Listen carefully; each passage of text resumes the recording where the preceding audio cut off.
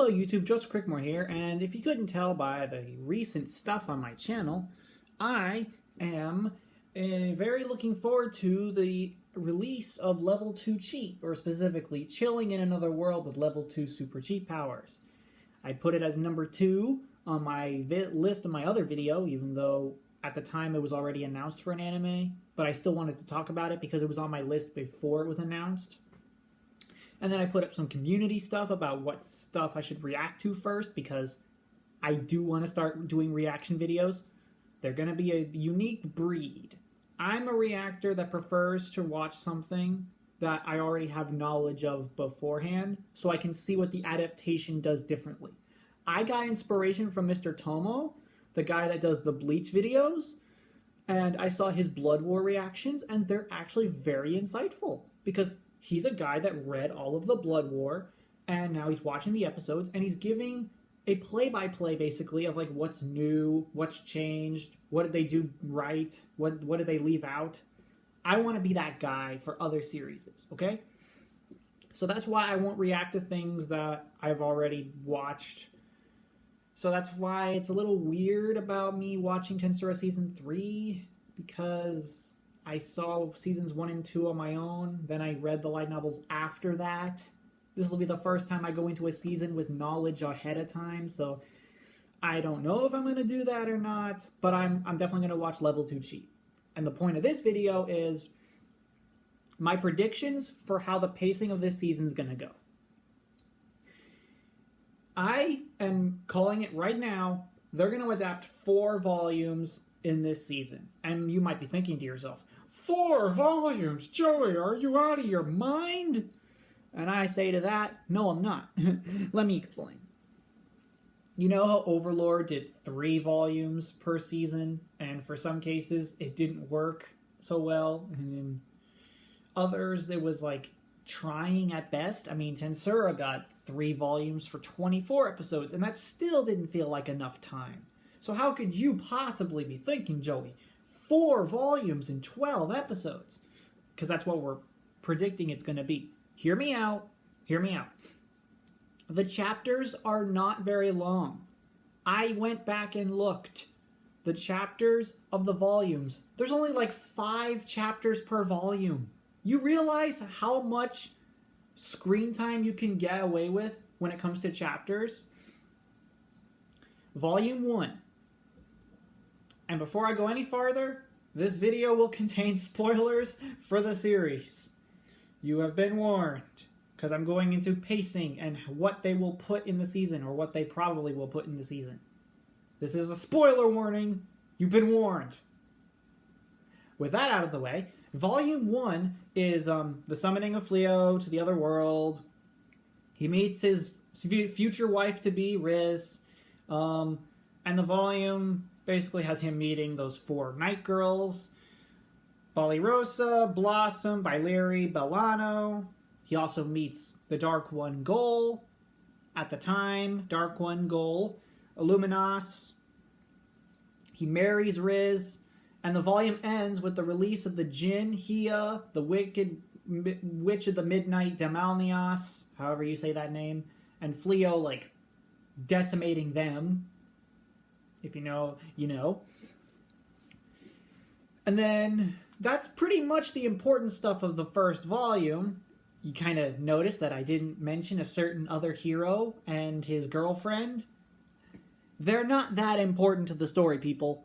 They become relevant after the content that'll be in this season. But for now, they're kind of a nuisance.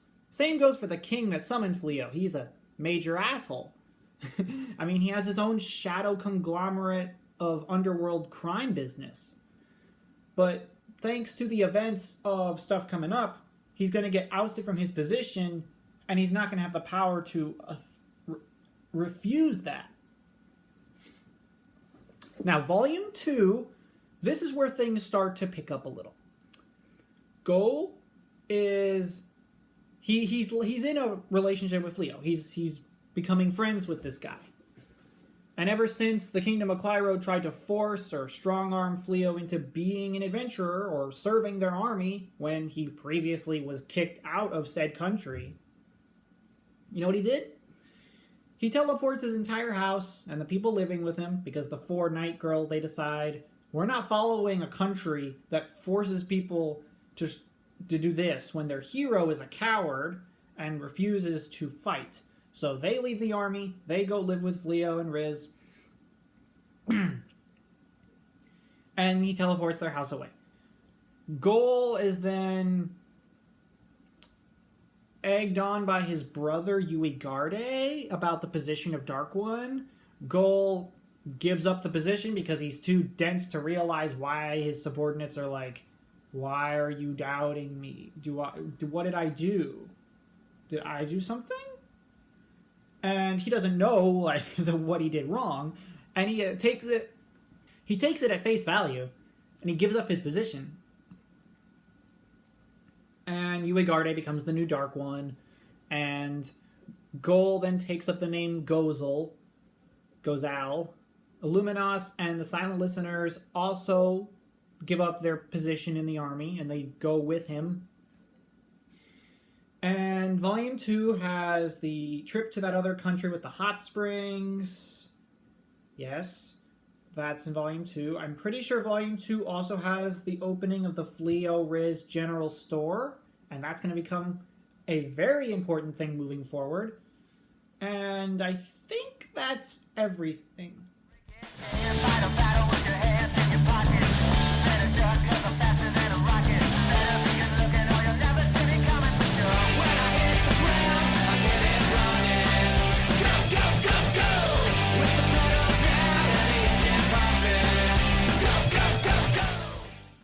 Volume 3, we get the introduction of one of the best characters in this franchise, Wine the Dragon Girl.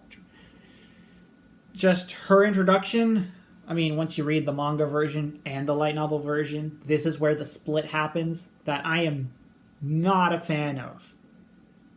I don't like how the manga did this. The light novel has Wine's introduction.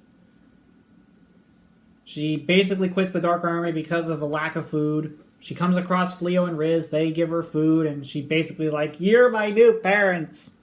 And Fleo and Riz basically adopt her because she's an orphan. So their first child is an adopted daughter. Then they're called to the Calgosi coast, which is something the manga didn't do.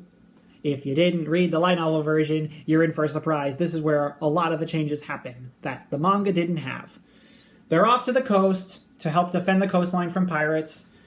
There's, I think, a giant there, and then there's, like, a sorceress? Someone who can turn into a sword, I think, from what I remember. And another guy that is the messenger that had to get the message from the coast to the capital.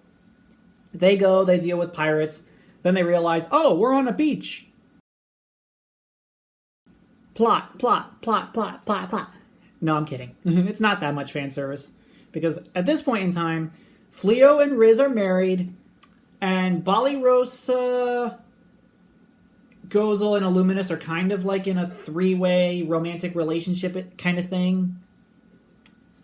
And for other girls of the series, they're either not there or it's just cute fan service. It's not that overly done.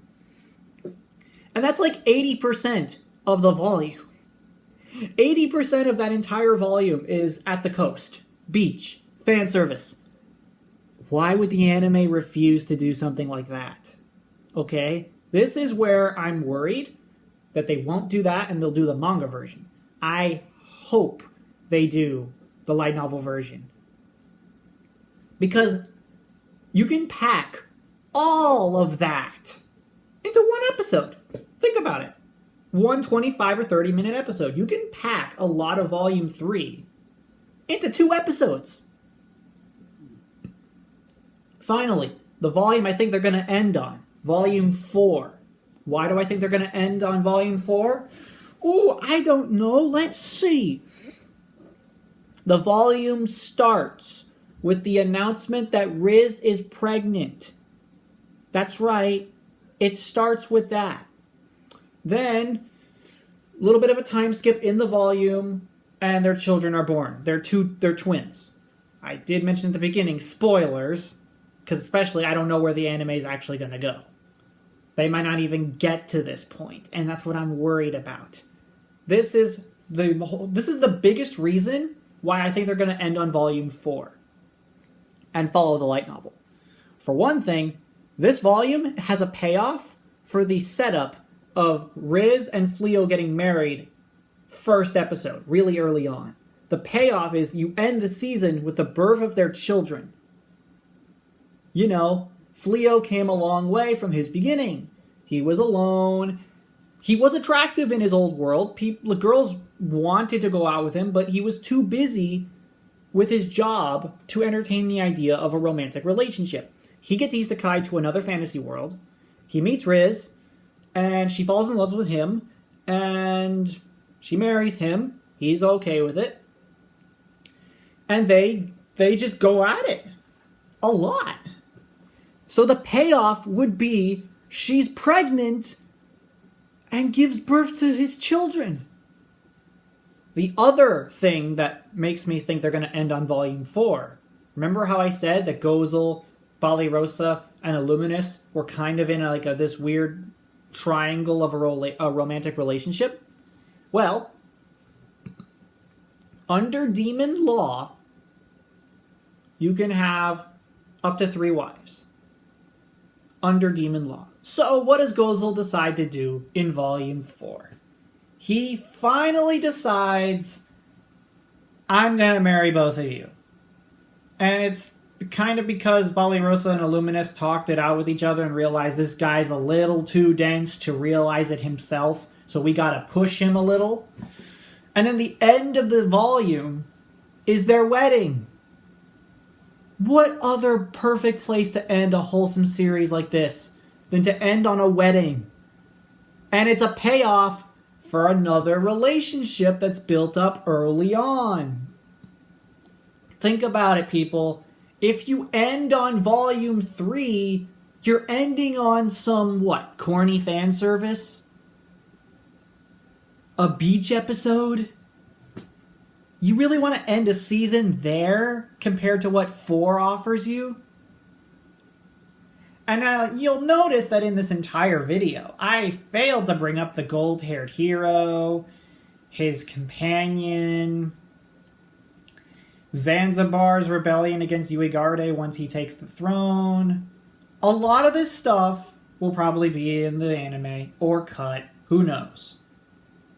But it's all a matter of what the story wants to show you. Because, to be fair, a lot of the Uegarde and Zanzibar shit is background stuff. The volumes are already short enough as is. It's not like other series where the light novels either have a lot of chapters, Fruit of Evolution, or the chapters are extremely long, Overlord. Look, they're the whole volume is 300 pages, okay? The chapters, there's 5 chapters. They're not that long to go through when you have a lot of jumping between locations, time skips, you're jumping between characters, frequently. It's not stagnant. This story will absolutely get to volume 4 in the anime version. No doubt about it. Unless they adapt the manga version, in which case I will be disappointed. Extremely disappointed. I think for character reasons, for pacing reasons, for the narrative, and especially for the content of the series, it will make 4 volumes, and people will be surprised. At least that's what I'm predicting. The pacing has to be just right. And people are going to probably come at me and be like, but Joey, there's not much time in 12 episodes that are half hour each. To that I say, what if the first episode's not a half hour? What if the first episode is 45 minutes? Oshinoko did a really good premiere episode that was an hour. It got the entire premise set up in an hour. And that was the first episode. We need to replicate that success. Okay? Sure, it's going to be on a smaller scale. And judging by the trailers we have, we're at least getting through Volume 1. I think that was obvious, though. So when the time comes, in April, I will be making reaction videos for the series. It'll be my first series I ever react to. I made that perfectly clear.